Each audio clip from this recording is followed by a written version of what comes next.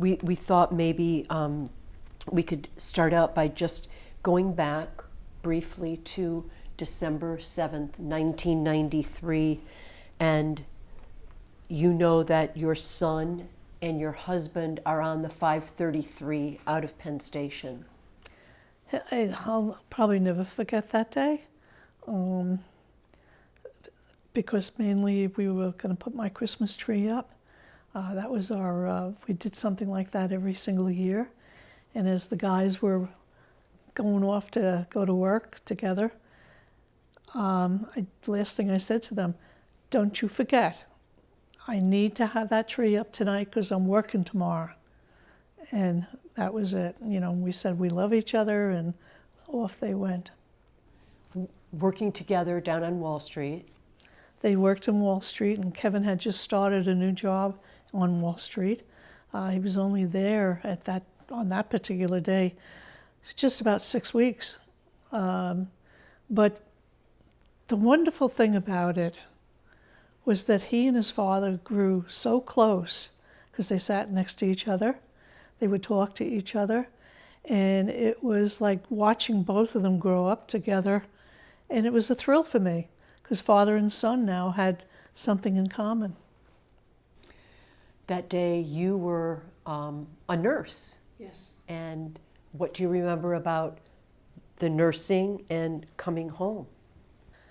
Well, I was actually working that day, and it was coming up to the Christmas holidays, and the patient that I had wanted to sing at a concert. So I drove her to the place, and she then was meeting her friend and taking her friend home. And I was driving home, did not have the car radio on, was doing my thinking. I always did my thinking in the phone, what I needed to do, how to get the Christmas lights out, how to do the Christmas decorations, what I wanted to do. And I got home. I pulled into the driveway, and I saw the tree was still in the driveway. I said, the boys were supposed to put the tree up. And then my brother came out and just started, Carolyn, there's been an accident. Dennis, he said, has died. But Kevin is still alive, and they're operating on him. We've got to go to the hospital. I know I was screaming. I know one of Kevin's friends were there, didn't know what to do. And I said, let's go. I'm okay. Let's go. That's when my nursing started to kick in. Okay, we don't know everything yet. And we got to North Shore Hospital at that time. And there were a number of other family members there whose daughters were there and sons were there. And I said, okay, we got to find out. And I did find out that Dennis didn't make it. He had died in the plane. But Kevin was in the operating room. But he was shot in the head. And I know what the chances are, depending on how someone is shot in the head. And as the night went on, more bad news was coming out from other families that their family member did not make it. Then the administration came over and said, we're bringing Kevin out now. We're going to bring him into ICU. And they brought him out, and I didn't even recognize him. From the wound, the head wound, he was all swollen, didn't recognize his face. And, they whizzed him off to ICU. I didn't see him for a while after that. The doctor came and said, Mrs. McCarthy, we don't think your son's going to make it. Will you sign papers? He's young. We could use his heart, his eyes, his lungs. And I understand how parents would feel about having that question. But for all the years that I was nursing in ICU, I knew, yes, of course, he's healthy. At least he can give somebody else a chance. And after that, I had to calm myself down. Can I see him? Can I see him? And of course, then they said yes.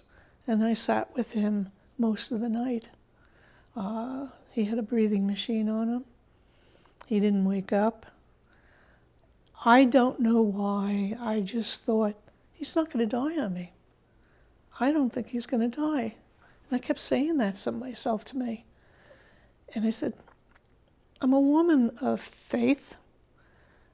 And I honestly believed. I said, no one knows what God will do, but I just don't think he would take both of my loved ones. And I stayed with him, and towards morning he opened his eyes. He couldn't talk. He really couldn't even move.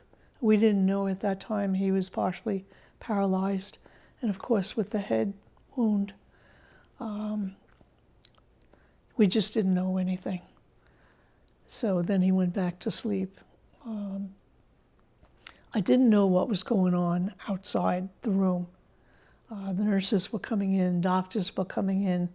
I worked in ICU. I knew the routine.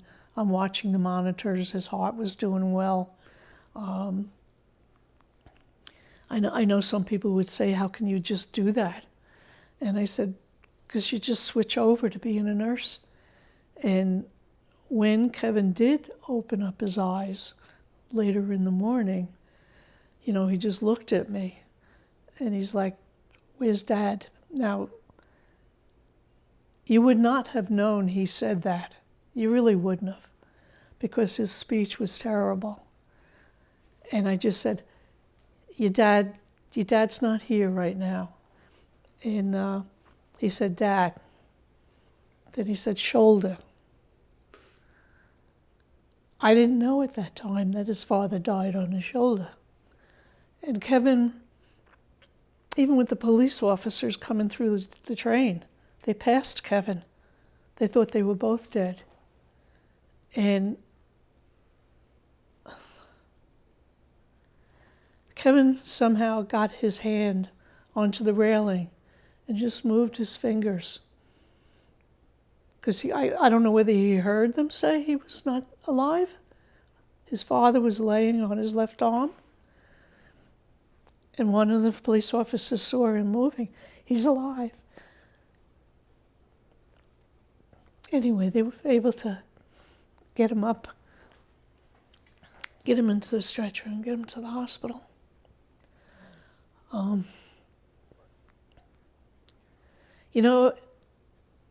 Just thinking about it now, I'm forgetting a lot of things. Unfortunately, I smoked at that time. And I just said, I have to leave. I have to go out for a cigarette. And I was outside, and I was hiding behind one of the pillows so nobody could see me, because not even knowing, all the press was there and everybody was around. And I said, oh, this is not good. I'm smoking.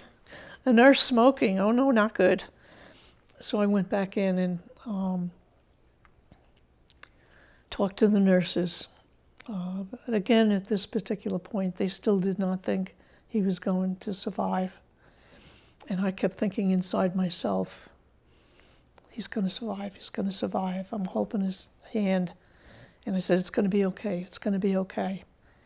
And again, he went into his coma. During that time, obviously not knowing anything that was going on inside that room, I know there were several patients from the train that were in ICU also. But later somebody came in and said that they were going to be doing a press conference later on in the afternoon, I think it was. I can't remember if it was morning or night, to be honest with you. And the next thing I know is, would you come down to be part of the press conference? And I said, no, I don't think I can do that. I don't want to leave my son. and they said it would be really important. So I went down, and the doctors were all talking. The plastic surgeon, the neurologist, everybody that was taking care of Kevin. Each one said that, yes, they didn't know what would happen. Most likely he'd be paralyzed for the rest of his life. No, we don't know if he'll survive. And they were just going on and on and on. And finally said, can I say something? And everybody just kind of looked at me. And my family is behind me, and my whole family is now there. And I heard my sister Donna. She never talks. What is she going to say?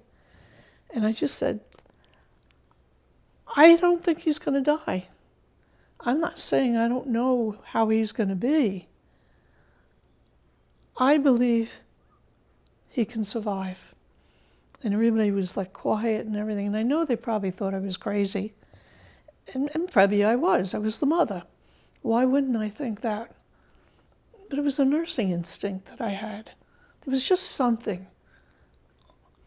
You know, when a million questions started, and I wasn't ready. I said, I can't give you that. I said, all I know is it's in my heart that I think he's going to survive. I remember hearing you say, you don't know Kevin. Well, you didn't know Kevin. I mean, he was my gentle giant, to be very honest with you. Kevin was already 6'2", and he had a very strong-willed. He honestly did. Stubborn like me, I think. But I mean, to me it was too soon. Yes, I signed the papers.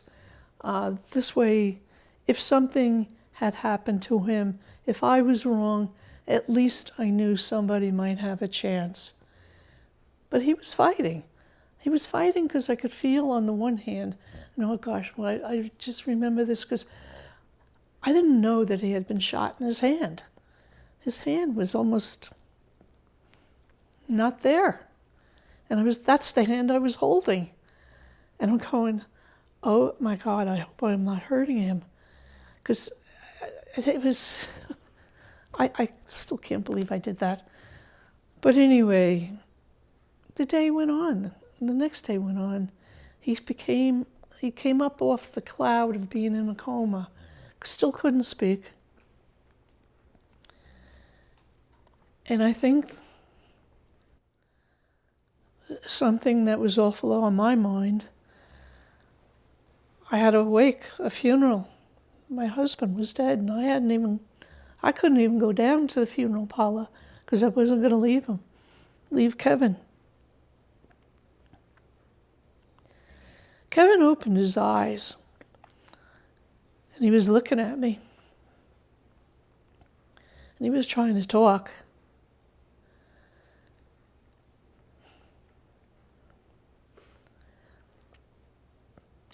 And he finally said, "Da." And I said, "What?" "Da." "Kevin, I don't know what you're saying." "Da." "Shoulder."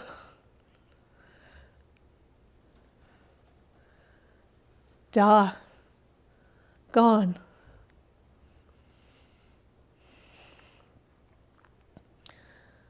And I'm saying, oh my God, he knows his father died.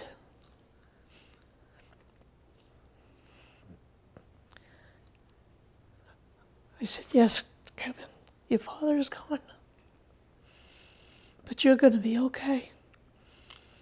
Now you got to fight. And I'm going to be here with you.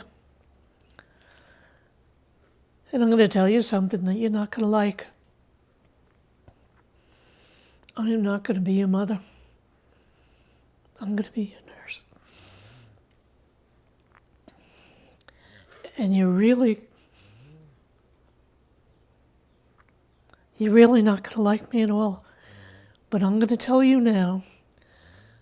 People are going to tell you you're not going to walk. People are going to tell you you're not going to speak. And I'm going to tell you when I'm done with you, you might have some weaknesses, But I'm telling you,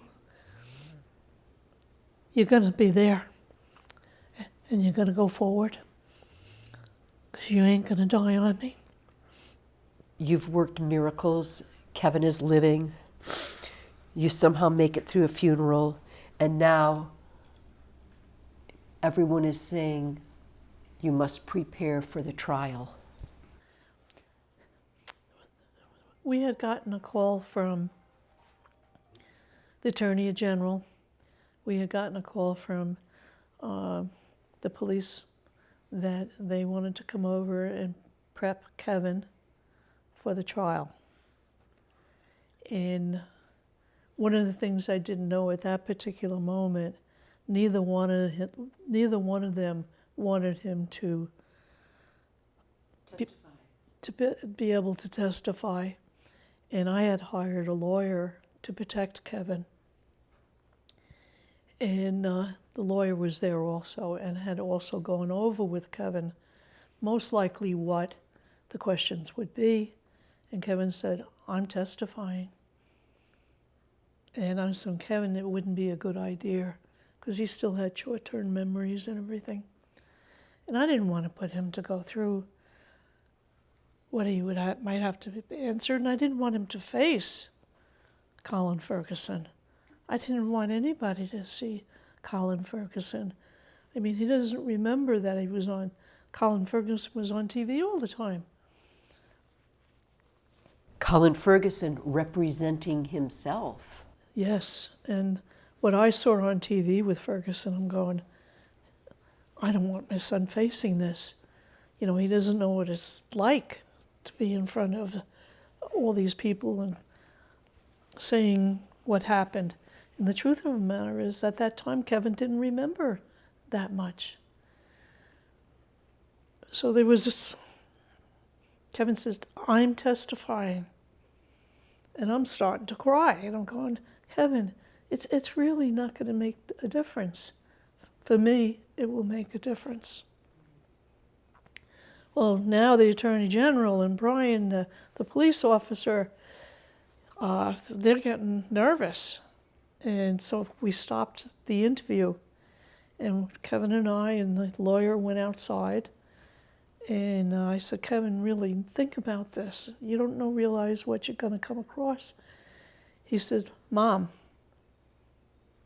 it's me. He killed my father. He hurt me. I am going to talk to him. The lawyer said, I am his lawyer. I know you're his mother. You have to let him do this.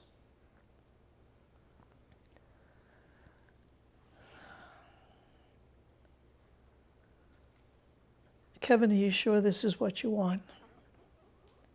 And he said, yes.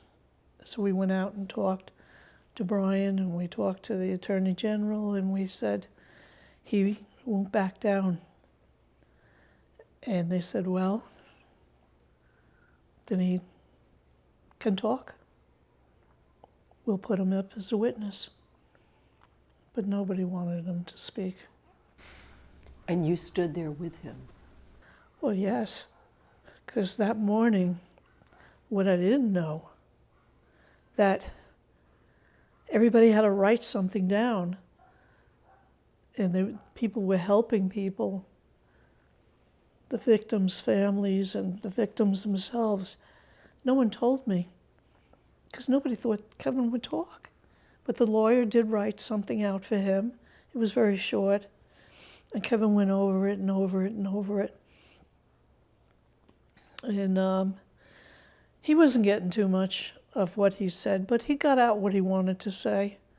So now we're in the courtroom.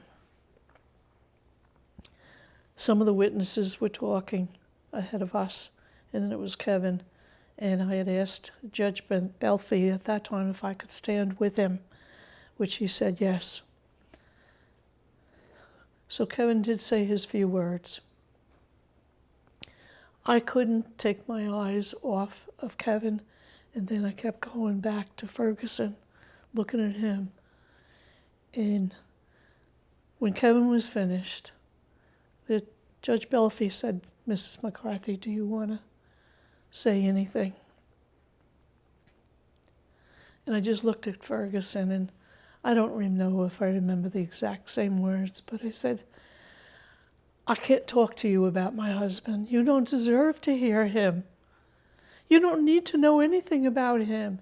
You killed him. He was a good man, a good father. And look what you've done to my son. How can I ever forgive you? How can I forgive you? How can any of us forgive you? What did he ever do to you?" Well, with that, Judge Belfi just, I don't know if anybody remembers this, but he kept breaking pencils. And I heard the pencil crack. I'm going, what's the judge doing? Then he called for a recess. Thank God, because I was a wreck. The whole entire courtroom was crying at that point. I was watching and was caring about my son. I couldn't look at him. I did look at him. I don't even, maybe in a good part, maybe he was really remembering everything. I don't know. He wouldn't talk about the trial for years. Now the trial is ending and he's found guilty and he's being taken away. And I remember as a reporter standing in a whole group, you're becoming the spokesperson for everyone. And suddenly there are murmurings around, we want her to run for Congress. Everyone on your bandwagon trying to get you to commit, to get you to say you'll do this. Talk about that.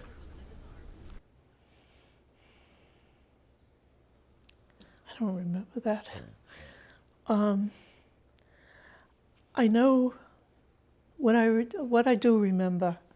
Now you work for CBS right now.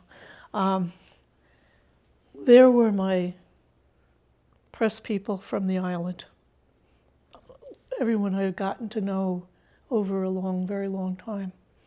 And then there was the press from wherever. The Long Island press were trying to protect us. And I could see that. And I was never afraid to talk to the press. I said, why would they pay attention to what I say anyhow? But I just said that, if I remember correctly, anything I could do to make sure this doesn't happen to anybody else, I will give my life to do that. And I will make sure that my husband didn't die in vain and that my son will continue to go forward to prove that a terrible thing happened to us, and I'm going to do whatever I can to prevent any other family to do this. And I don't even know who that person was talking, because that is not me. And at this point, you're being wooed and influenced by the Democrats. Please, please come onto our ballot. Your name's on the ballot and you are swept into office. That part started probably a few months after, I think, because I was going to Albany and trying to convince the Governor Como at that time, and Republicans and Democrats. I didn't particularly care which one. And I used to go up with them with a lot of victims. And my trip up to Albany, they had all these members there. They weren't paying attention to any of the witnesses that had lost someone. And I said, How dare you sit here reading something or not paying attention to us? What am I? Because I'm a star? Because I'm the newest victim? I can tell you right now, I'm not stopping just here. I said, I wasn't sure what I wanted to do, but I will make sure that you are going to stand up for all these victims' families that have lost somebody. How dare you treat us? And with that, I think it was the next day. I'm not sure. No, it couldn't have been the next day. Somehow I started going down to Washington, and a number of us would go to Washington. And I met Mr. Schumer, Congressman Schumer at that time. I think one time we went with you because they were laying out all the shoes, remember? That's right. And you hadn't decided if you were running, and we went with you. Yeah, because of all the victims. All the victims went down there. All the shoes were there. Dennis's shoes were there. All the shoes were there. Thousands of shoes. I don't even know how I got through that. I honestly don't. And it was like, all these people have died, and most of them from all New York. And I'm going, no one's doing anything about these guns, these assault weapons, the large magazines. And the bullets that Colin Ferguson used. And the bullets. Why doesn't anybody need? I didn't know anything about hunting. I didn't know hunters are only allowed 3 bullets. So that's what they could kill their animals. Not that I approve of that either, but that's me. But they can use 15 bullets to kill a human being. I don't know how you do that. Which, by the way, it's still that way today. Well, you had the most remarkable, distinguished career, and your proudest moments must be bringing awareness to our nation about what many are saying among the first mass shootings in America. Well, that's number one. I didn't realize it was something that was going nationwide. I mean, I truly didn't. But I did get involved in politics. I hadn't offered to run again. I didn't know what to run again. I had learning disabilities in my life. How do you get up to be a congressperson? How do you give a speech? How do you do any of that? I'm going to bring in doctor. Now we're talking about months later. And I had to make a decision. I think it was April, May. What did I know that you had to do so much between then and November and get elected? Had no idea on that. Governor Cuomo at that time, senior, he would call me. He would take me around the state to do speeches and everything else like that. And he called me, and I was sitting in Kevin's high chair. And he's, Carolyn, you got to make up your mind now. I said, I can't do this. I can't give speeches. You have been giving speeches for months now. I said, I know, but I can't read a speech. I don't know whether I'll be able to do this.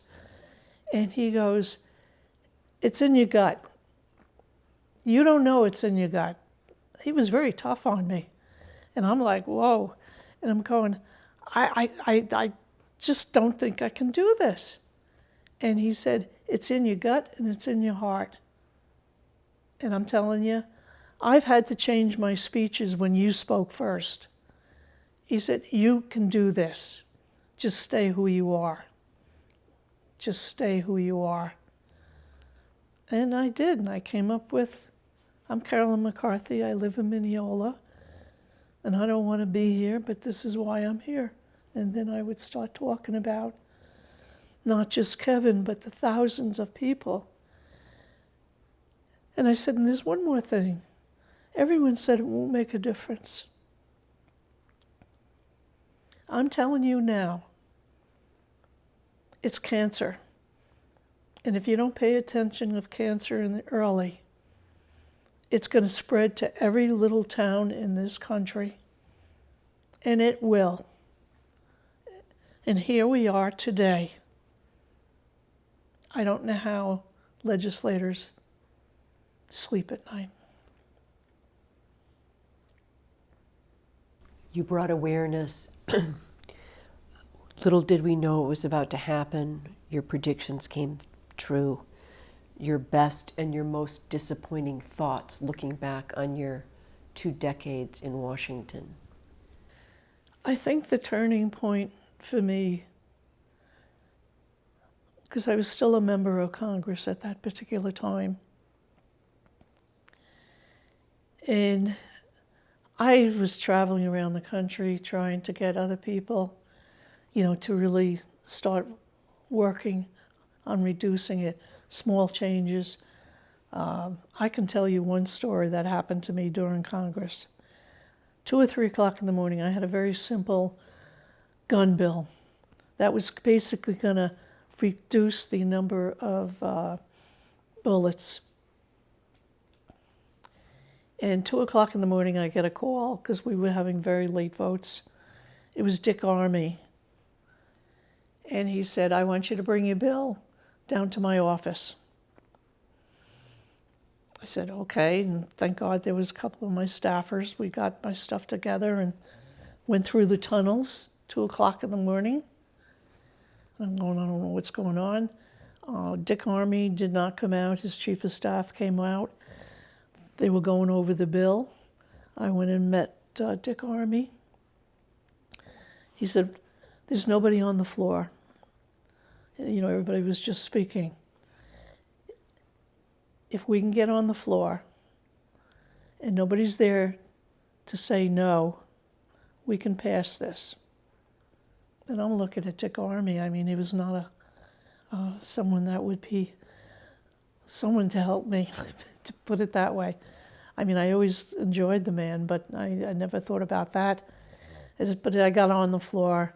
We brought the bill up.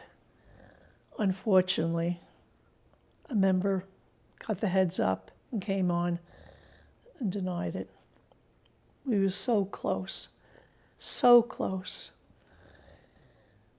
But soon after that, Newtown happened. Now you have to understand something.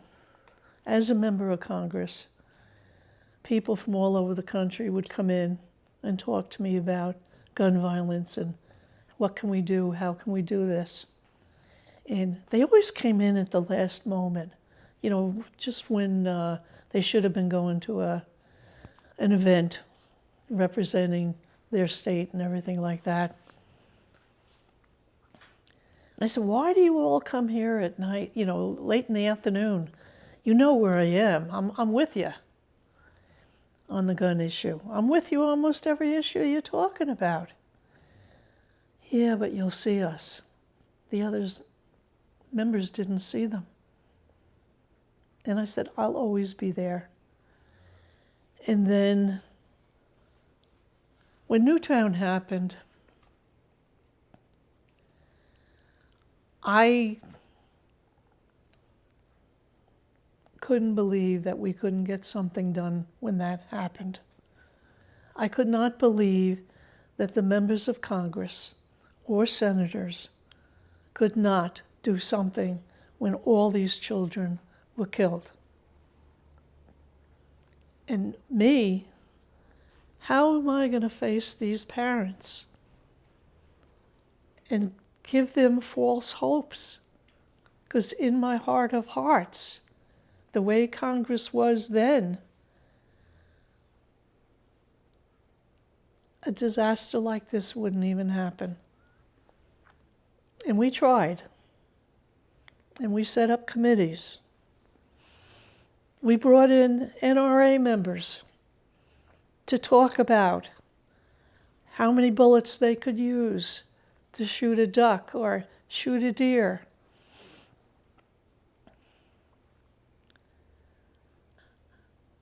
I had just gotten over cancer. And my doctor had said, Carolyn, I want you back in Congress. Stress is not good for people that have cancer. I didn't retire because of that. I couldn't face the families anymore. I just felt it was time for younger people, younger families, to step in my footsteps and start doing what needs to be done. And by the way, they won such an important case. Years later, they won in the courts that they could sue the gun manufacturers. I tried that. My lawyers tried that. The courts weren't ready for that yet. How many lives could we have saved? Thousands. I still have hope because our young people, what happened down here in Parkland, was it happened across fighting. The fighting goes on. And I'm with it mentally. I just thought it was up to our young people that are going to make a change, not just on guns, environment, just so many things. You set the stage with your courage. Well, that was the path. I got to tell you one thing. One of the happiest things of this whole, when Kevin was in rehab and they all said he'd never walk again, and I was the pusher. And if you remember, in the beginning, I said to him that I was not going to be his mother, I was going to be his nurse. Well, I would be there 14, 16 hours a day. He would go to rehab. When he got back into bed, pushing his legs, push against me, push against me. This time he had a little smile on his face. But I, didn't matter.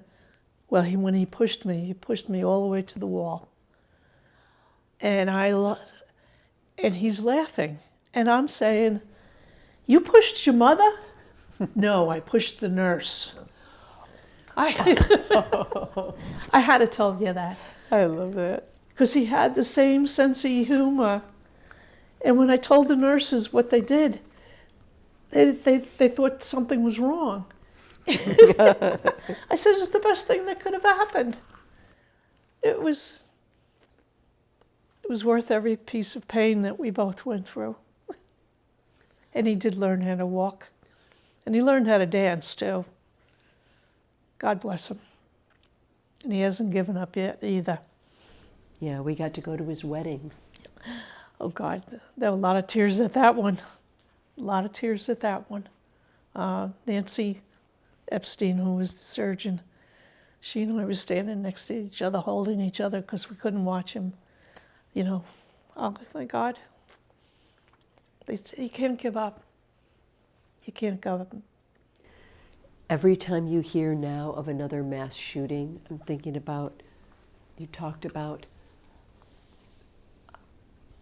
Connecticut, and now we're talking about The holidays when Uvalde, Texas, really packed. and Usually everywhere there's in that between. flowers. Where are we 30 years later? 30 years later, I do believe there are states now that are starting to pass gun laws. I can't say with this particular Congress we'll get anywhere, but I do believe that there are more and more members of state legislators that are making a difference. Congress might be a little bit more difficult. I always hoped, and I still hope, even at my age, that I will see gun violence cut out before I die. I haven't given up inside me. I have not given up when I talk to people. that why we need to do it. And here I am in Florida, which is, by the way, probably the gun chapel of the world. And what people should know, those young people that died in Parkland, and they passed a law in Florida, this governor rescinded it. And I want people to know that. Because if you don't vote, if you don't get in there to do your job, someone like me can't do it alone. None of us can. And you're saying what is not forgotten are the victims. Well, they shouldn't be forgotten. Not one parent will forget. Every time I see a shooting, I think of that moment that I learned about Dennis and Kevin. These parents will never forget it. We never forget it. It's not something that will go away, and it won't go away until people get out and vote. Unfortunately, 30 years later, we are seeing more states changing, but we need all states to change. Was it worth it, do you think, the fight that you undertook? Absolutely.